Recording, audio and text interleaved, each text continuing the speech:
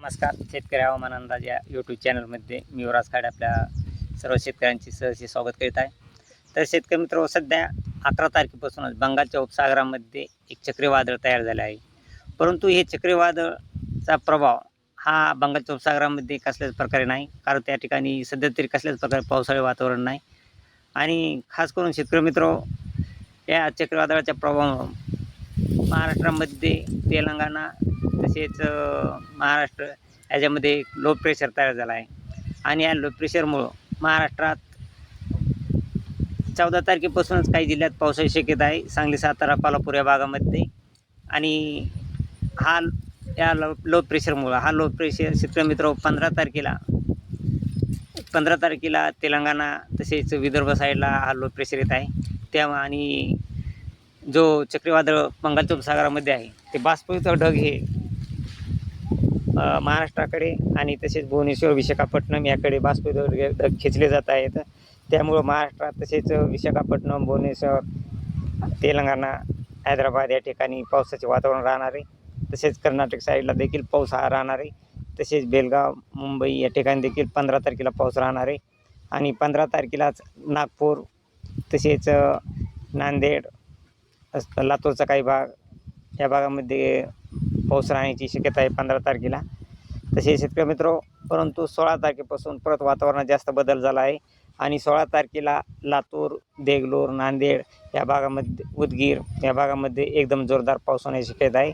लातूरच्या काही भागामध्ये गारा देखील 16 तारखेला पडू शकतात दुपारी 4च्या टायमाला. तसेच अहमदपूर, निलंगा, देगलूर या भागामध्ये जोरदार पाऊस राहणार आहे. निलंगाच्या काही भागामध्ये गारा पडण्याची शक्यता आहे. तसेच उमरखेडा, पुसद, यवतमाळ या भागामध्ये देखील जोरदार पाऊस राहणार आहे. तसेच इकडं पाहिला असता आर्वी, वर्धा या भागामध्ये देखील एकदम जोरदार, उमरेड या भंडारा, नागपूर या भागामध्ये एकदम जोरदार असा पाऊस राहणार आहे. अमरावतीच्या भागामध्ये देखील 4च्या टायमाला काही भागामध्ये पाऊस राहणार आहे. तसेच वाशिम, हिंगोली, परभणी या भागामध्ये देखील वातावरण ढगाळ राहणार आहे आणि पाऊस येण्याची शक्यता आहे 16 तारखेला. तसेच खामगावला देखील हा पाऊस राहणार आहे. तसेच शेतकरी मित्र, 17 तारखेला परत वातावरणात जास्त बदल झाला आहे. पूर्ण विदर्भात एकदम जोरदार पावसाचे वातावरण आहे.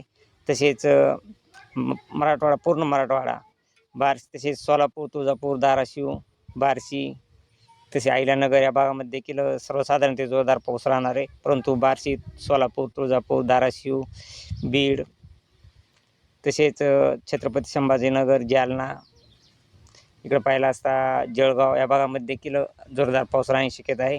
मालेगाव, नंदुरबार या भागामध्ये देखील जोरदार पाऊस राहणार आहे. आणि खास करून शेतकरी मित्र, कळंब ह्या साईडला जोरदार पाऊस राहून गारा पडण्याची शक्यता आहे. तसेच धाराशिवला देखील जोरदार पाऊस राहणार आहे. तुळजापूरला देखील जोरदार पाऊस राहणार आहे. लातूर, औसा, तसेच अहमदपूर, परळी, माजलगाव, केज, अंबेजोगाई या भागामध्ये जोरदार पाऊस राहणार आहे. तसेच पाथरी, सेलू, परभणी, हिंगोली या गंगाखेड, पूर्णा या भागामध्ये देखील जोरदार पाऊस हा 17 तारखेला राहण्याची शक्यता आहे. आणि हा पाऊस शेतकरी मित्र जवळजवळ 8 दिवस पावसाळी वातावरण राहणार आहे. आणि 18 तारखेला देखील पूर्ण महाराष्ट्रात जोरदार पावसाची शक्यता आहेत. 18 तारखेला जवळजवळ पूर्ण महाराष्ट्रामध्ये एकदम जोरदार पाऊस राहणार आहे. नंदुरबारच्या काही भागामध्ये गारा पडण्याची शक्यता आहे. आणि 18 तारखेला 4च्या टायमाला सर्वत्र पूर्ण महाराष्ट्रात, विदर्भ असेल, पश्चिम महाराष्ट्र असेल, दक्षिण महाराष्ट्र असेल, या कोल्हापूर या साईडला, तसेच मुंबई या पूर्ण भागामध्ये 18 तारखेला देखील जोरदार पाऊस राहणार आहे.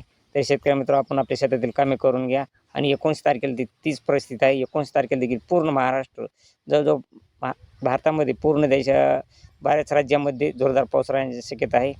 गुजरात, झाशीची राणी, तसेच दिल्ली, कर्नाटक, बेंगलोर, चेन्नई, तेलंगणा, हैदराबाद या ठिकाणी देखील जोरदार पाऊस हा 19 तारखेला राहण्याची शक्यता आहे. कारण जो बंगालच्या उपसागरामध्ये चक्राकार वाऱ्याचे डिप्रेशर तयार झाले आहे. या डिप्रेशरचा प्रभाव बाष्पयुक्त ढग हे पूर्ण भारतामध्ये येत आहेत. आणि या राज्यामध्ये जोरदार पावसाची जास्त 19 तारखेला देखील दाट शक्यता आहे. 17 ते 19 या टायमापर्यंत जोरदार पाऊस राहणार आहे. तसेच 20 तारखेला देखील शेतकरी मित्र जवळजवळ पूर्ण महाराष्ट्रात ढगाळ वातावरण राहणार आहे. आणि काही जिल्ह्यांमध्ये पाऊस पडण्याची शक्यता आहे.